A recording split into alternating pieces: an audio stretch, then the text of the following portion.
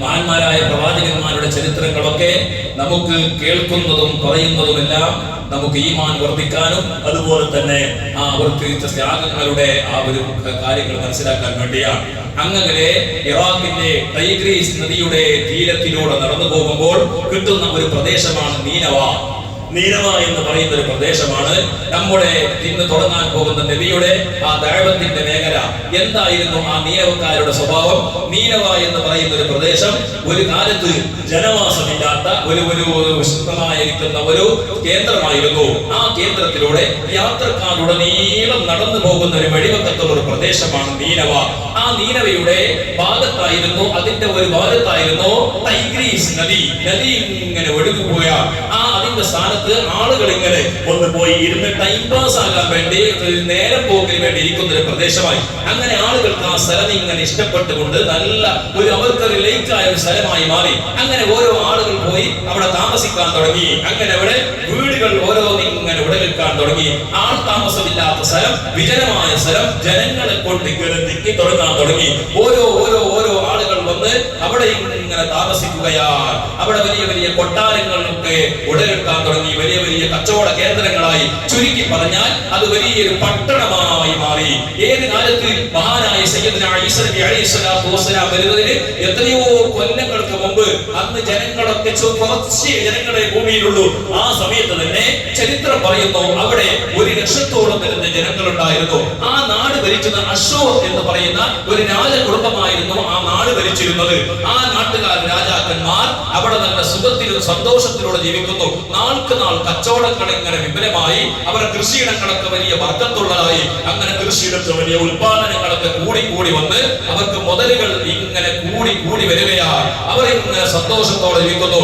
ആളുകളെല്ലാം അവിടെ പോയി താമസിക്കാൻ വേണ്ടി ഫ്ലാറ്റുകളൊക്കെ എടുത്ത്, ഇന്ന് പറഞ്ഞാൽ ഇന്നത്തെ ഫ്ലാറ്റുകളെ പോലെ അക്കാലഘട്ടത്തിലുള്ള ഫ്ലാറ്റ് സംവിധാനങ്ങളൊക്കെ ഉണ്ടാക്കി ആളുകൾ ഇങ്ങനെ തിങ്ങിപ്പാർക്കുന്ന ഒരു പ്രദേശമായി നീനവ അന്ന് ഇറാഖിന്റെ ആ സ്ഥലത്ത് അറിയപ്പെടാൻ തുടങ്ങി.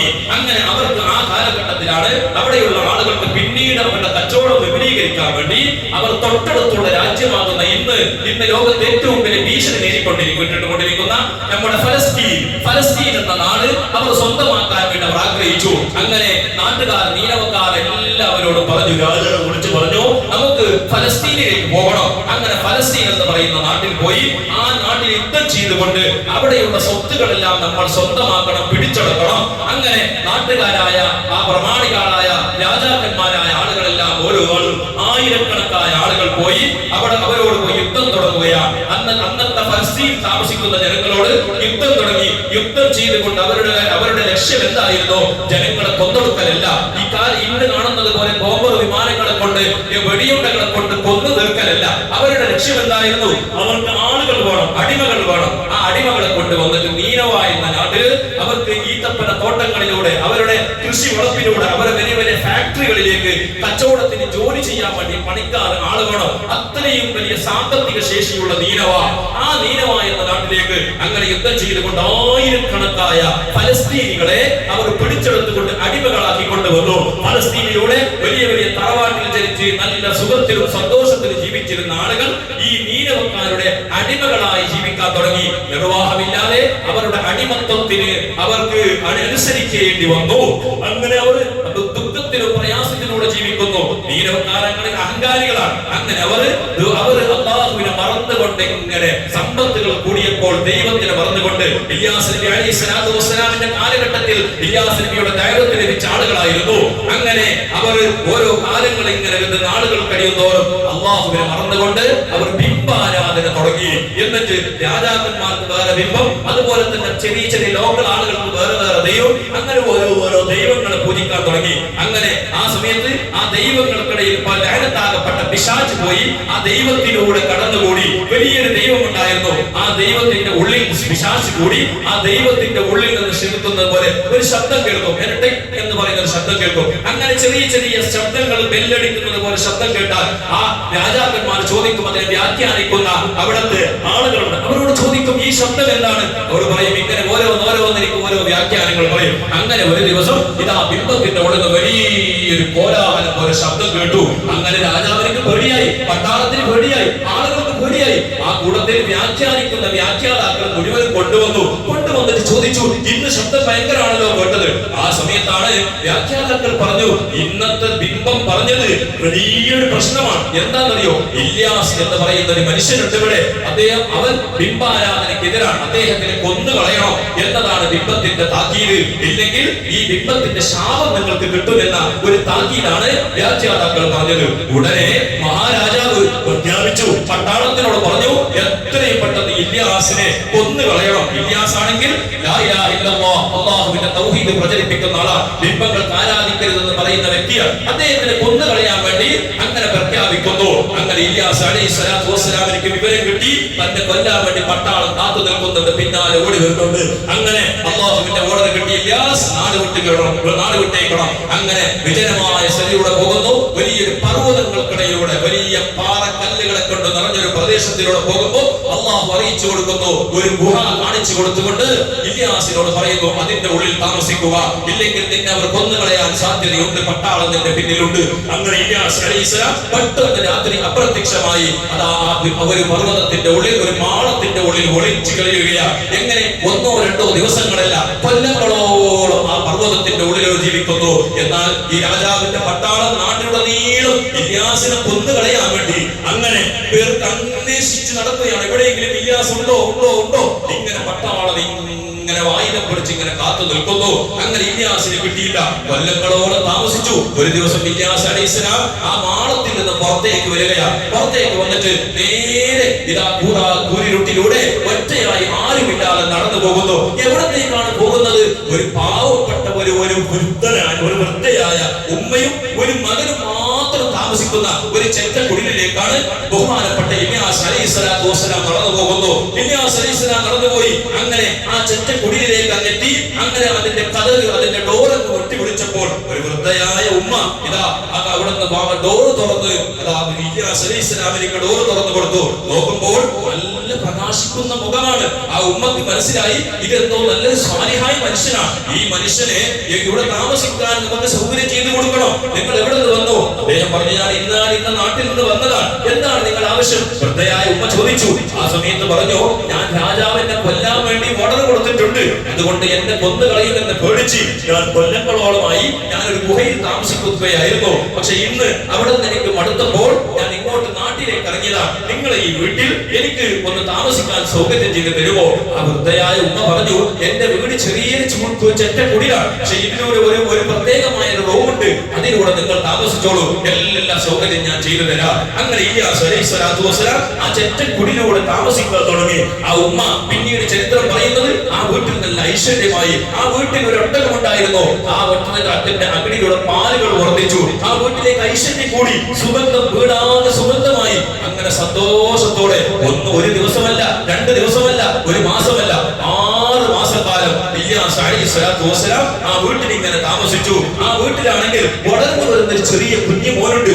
ആ കുഞ്ഞിന് വല്ലാത്ത ഇഷ്ടമാണ് ബഹുമാനപ്പെട്ട ഇല്യാസ് അലൈഹിസ്സലാത്തു വസ്സലാമിന്. ആ കുഞ്ഞിനെ ഓമനിച്ച് സന്തോഷിച്ചുകൊണ്ട് ആ കുഞ്ഞിന്റെ ഒരു കൂട്ടുകാരനെ പോലെ ഇല്യാസ് അലൈഹിസ്സലാം 6 മാസം താമസിച്ചു. എന്നിട്ട് ഒരു ദിവസം ഉമ്മാനോട് പറഞ്ഞു, പ്രിയപ്പെട്ട ഉമ്മ, എനിക്ക് നിങ്ങൾ ഇത്രയെല്ലാം സൗകര്യം ചെയ്തു തന്നല്ലോ, നാളെ ഞാൻ പോവുകയാണ്. എവിടെ പോകുന്നു? നിങ്ങൾ പോകരുത്, നിങ്ങൾ ഈ വീട്ടിൽ തന്നെ വേണം. മരണനേരം വരെ നിങ്ങൾ ഇവിടെ താമസിക്കണം. നിങ്ങളെ കൈവിടാൻ ഞാൻ താല്പര്യപ്പെടുന്നില്ല. പറഞ്ഞു, അല്ലാഹുവിന്റെ ഓർഡർ വന്നിട്ടുണ്ട്, എനിക്ക് പോകാൻ, ഞാൻ പോവുകയാണ്. അങ്ങനെ ആ ഉമ്മ അവിടെ നിന്ന് പറഞ്ഞു, എന്റെ മകനിക്ക് ഒരു കൂട്ടുകാരനാണല്ലോ നിങ്ങളെ കാണുമ്പോൾ ഒരു സാലിഹായ മനുഷ്യന്റെ ലക്ഷണമുണ്ട്. ആ സമയത്താണ് ഇല്യാസ് അലൈഹിസ്സലാത്തു വസ്സലാം ആ ഉമ്മയോട് പറയുന്ന, ഉമ്മ, നിങ്ങളോട് ഞാനൊരു രഹസ്യം പറയാം. നിങ്ങളുടെ മടിത്തട്ടിൽ വളർന്നു വരുന്ന ഈ കുഞ്ഞുണ്ടല്ലോ, ഈ കുഞ്ഞിപ്പോ ചെറിയ വേച്ച് നടക്കുന്ന ഒരു ബാലനായിട്ടുണ്ടല്ലോ. ഈ ബാലനായ മനുഷ്യൻ, ഈ കുട്ടി ഭാവിയിൽ ഒരു പ്രവാചകനാകാൻ സാധ്യതയുള്ള കുട്ടിയാണ്. എന്റെ എല്ലാ ലക്ഷണങ്ങളും വെച്ച് നോക്കുമ്പോൾ ഈ കുട്ടി ഒരു നബിയാകാൻ സാധ്യതയുണ്ട്. ആ കുട്ടിയെ നിങ്ങൾ സംരക്ഷിക്കണം. നിങ്ങളുടെ പേരിലുള്ള അമാനത്താണ്, നിങ്ങൾക്കുള്ള ഉത്തരവാദിത്തമാണ്. എല്ലാ നിലക്കുള്ള വ്യവസ്ഥകളും നിങ്ങൾ ചെയ്തു കൊടുക്കണം. അങ്ങനെ മനസ്സോടുകൂടെ അല്ലാഹുവിന്റെ വിധി പ്രകാരം ആ ഉമ്മയിൽ നിന്ന് ആ ഇല്യാസ് അലൈഹിസ്സലാം വിട്ടുപിരിയുന്നു. അങ്ങനെ ദുഃഖത്തിലും വേദനയിലുമായി ദിവസങ്ങൾ കടന്നു നീങ്ങി. അങ്ങനെ ഒരു ദിവസം ഈ കുട്ടിക്ക് വല്ലാത്തൊരു രോഗം പിടിപെടുകയാണ്. ബഹുമാനപ്പെട്ട ആ കുട്ടിക്ക് രോഗം പിടിപെട്ടപ്പോ ഉമ്മാന്റെ മനസ്സിലുണ്ടായിരുന്നു, ഈ കുട്ടി പ്രവാചകനാകാൻ സാധ്യതയുള്ള കുട്ടി എന്ന് പറഞ്ഞിട്ടുണ്ടല്ലോ, പ്രവാചകനാകണമെങ്കിൽ ഈ കുട്ടി മരിച്ചുകൂടാ, മരിക്കൂല എന്നുള്ള പ്രതീക്ഷയിലൂടെ ഉമ്മ അതാ കഴിയുന്ന ചികിത്സകളൊക്കെ നടത്തി. അങ്ങനെ ചുരുക്കി പറഞ്ഞാൽ അള്ളാഹുവിന്റെ വിധി പ്രകാരം രാവിലെ നോക്കുമ്പോ കുട്ടി മരണപ്പെട്ടിരിക്കുകയാ. കുട്ടിയുടെ ജനാസ, കുട്ടി അതാ നിശ്ചലമായി കിടക്കുന്നു, മരിച്ചു കിടക്കുന്നു. ആളുകളെല്ലാം കൂടി, നാട്ടുകാർ കൂടി, ആ ഉമ്മയുടെ സ്നേഹനിധിയായ മകൻ മരിച്ചിരിക്കുന്നു. ആ മരിച്ച കുട്ടിയെ എന്ത് ചെയ്യണം? ഉമ്മ പറഞ്ഞു, ഇല്ല, എന്റെ കുട്ടിയെ മയ്യത്ത് കൊണ്ടുപോയി മറമാടാൻ ഞാൻ അനുവദിക്കൂല. എന്റെ കുട്ടിയുടെ മയ്യത്തിനെ ഭൂമിയിൽ അടക്കാൻ സമ്മതിക്കൂല. എനിക്ക് ഒരാളെ തേടിപ്പിടിക്കേണ്ടതുണ്ട്. എന്റെ വീട്ടിൽ വന്നൊരു അതിഥിയായ മനുഷ്യനുണ്ട്. ആ മനുഷ്യനെ തേടിപ്പിടിച്ചിട്ട് ആ മനുഷ്യന്റെ സമ്മതമുണ്ടായാലേ ഈ കുട്ടിയെ ഞാൻ മറമാടുകയുള്ളൂ. ഈ കുട്ടിക്ക് രണ്ടാമത് ജീവൻ കൊടുക്കാൻ കഴിവുള്ള വ്യക്തി എന്നാണ് ഞാൻ അദ്ദേഹത്തിനെ വിശ്വസിക്കുന്നത്. അതുകൊണ്ട് ഞാൻ ആ കുട്ടിയെ തേടി പോകാം. കുടുംബക്കാരോട് പറഞ്ഞു, ഈ മയ്യത്തിന്റെ അടുത്ത് നിങ്ങൾ നിൽക്കണം, കാവൽക്കാരായി നിൽക്കണം. അങ്ങനെ ഒരു ദിവസമല്ല, 2 ദിവസമല്ല, 14 ദിവസം വരെ ഈ ഉമ്മ ഈ അപരിചിതനായ ആ ഒരു മനുഷ്യനെ, ഇല്യാസ് എന്ന് പറയുന്ന മനുഷ്യനെ തേടി നടക്കുന്നു.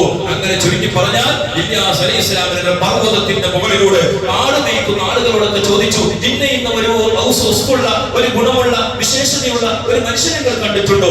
ആ സമയത്ത് പറഞ്ഞു, ആ ഒരു മനുഷ്യനെ ഞങ്ങൾ കണ്ടിട്ടില്ല. അങ്ങനെ ചുരുക്കി പറഞ്ഞു, ഒരു ആട് മേയ്ക്കുന്ന ഒരു വൃദ്ധനായ മനുഷ്യൻ പറഞ്ഞു, അതേ മനുഷ്യൻ ഇവിടെ ഇന്നലെ ഞാൻ കണ്ടിട്ടുണ്ട്. ഇന്നും ഇതാ അതേ സമയമാകുമ്പോൾ അതേ ഈ സ്ഥലത്തേക്ക് ഒന്ന് പ്രത്യക്ഷപ്പെടാറുണ്ട്. എവിടെയാണ് താമസിക്കുന്നത് നിങ്ങൾക്കറിയില്ല. അങ്ങനെ ഉമ്മ കാത്തു നിന്നു. അങ്ങനെ കാത്തു നിൽക്കുമ്പോ പിറ്റേ ദിവസം അതേ സമയമാകുമ്പോ അതേ മനുഷ്യൻ, അപരിചിതനായ മനുഷ്യൻ, നല്ല പ്രകാശിക്കുന്ന മുഖമുള്ള ആ മനുഷ്യൻ ഉമ്മാന്റെ മുമ്പിൽ പ്രത്യക്ഷപ്പെട്ടു. ഉമ്മ താണ കേട് പറഞ്ഞുകൊണ്ട്, കണ്ണ് നീരൊലിപ്പിച്ചുകൊണ്ട് ദുഃഖം പറയുകയാണ്, മോനെ, നീ എന്റെ വീട്ടിൽ 6 മാസം നിങ്ങൾ താമസിച്ചില്ലേ? ആ എന്റെ കുട്ടി മരണപ്പെട്ടിരിക്കുന്നു. ഇല്യാസ് അത്ഭുതപ്പെട്ടു. എന്നാൽ ഇതാ ഇല്യാസ് അലൈഹിസ്സലാം ആ ഉമ്മയോട് പറയുന്നു, ആ ഉമ്മ കുട്ടിനെ മയ്യത്ത് മറമാടിയിട്ടില്ലല്ലോ, അതുകൊണ്ട് നമുക്ക് നേരെ വീട്ടിലേക്ക് പോകാം. ആ മയ്യത്തിന്റെ അടുക്കലേക്ക് ഇല്യാസ് അലൈഹിസ്സലാമും ഉമ്മയും പോകുന്നു. പിന്നീട് എന്താണ് സംഭവിക്കുക ഇൻഷാ അല്ലാഹ് നമുക്ക് നാളെ പറയാം. അല്ലാഹു സുബ്ഹാനഹു വ തആല മഹാനായ സയ്യിദുനാ ഇല്യാസ് അലൈഹിസ്സലാമിന്റെ എല്ലാ പ്രവാചകന്മാരുടെ ബർക്കത്ത് കൊണ്ട് അല്ലാഹുവേ, ഞങ്ങൾ പറയുന്ന ഈ സീറകൾ നീ കബൂലാക്കണം റഹ്മാനേ. പ്രവാചകന്മാരുടെ മദദ് ഉദ്ദേശിച്ചുകൊണ്ട് ഞങ്ങൾ ഈ ചരിത്രം പറയുന്നതും കേൾക്കുന്നതും ആവേശഭരിതരായി ഞങ്ങൾ കേൾക്കുകയാണ് റബ്ബേ. ക്ഷീണമുണ്ടായിട്ടും ഇതിനെ കേൾക്കാൻ മനസ്സ് കാണിക്കുന്നവർ അവർക്കും ഞങ്ങൾക്കും പ്രവാചകന്മാരുടെ തണലിലായി ഈ ലോകത്തും നീ രക്ഷ നൽകണേ റഹ്മാനേ. ഞങ്ങൾക്ക് നീ ഈമാനും തഖ്വയും നീ ഏറ്റിത്തരണേ അല്ലാഹ്. ഈ റമളാൻ ഞങ്ങൾക്കും ഞങ്ങളുടെ മാതാപിതാക്കൾ, ഞങ്ങളുടെ ഭാര്യമക്കൾ, വേണ്ടപ്പെട്ടവർ, ഞങ്ങളെ സഹായിച്ച സ്നേഹിച്ച ഒരുപാട് ഗുണകാംക്ഷികളായ മുഅ്മിനീകളും മുഅ്മിനാത്തുകൾ എല്ലാവർക്കും നീ ഖൈറായ, നമുക്ക് ഗുണമായ, നമുക്ക് സാക്ഷി പറയുന്ന മാസമാക്കണേ റഹ്മാനേ.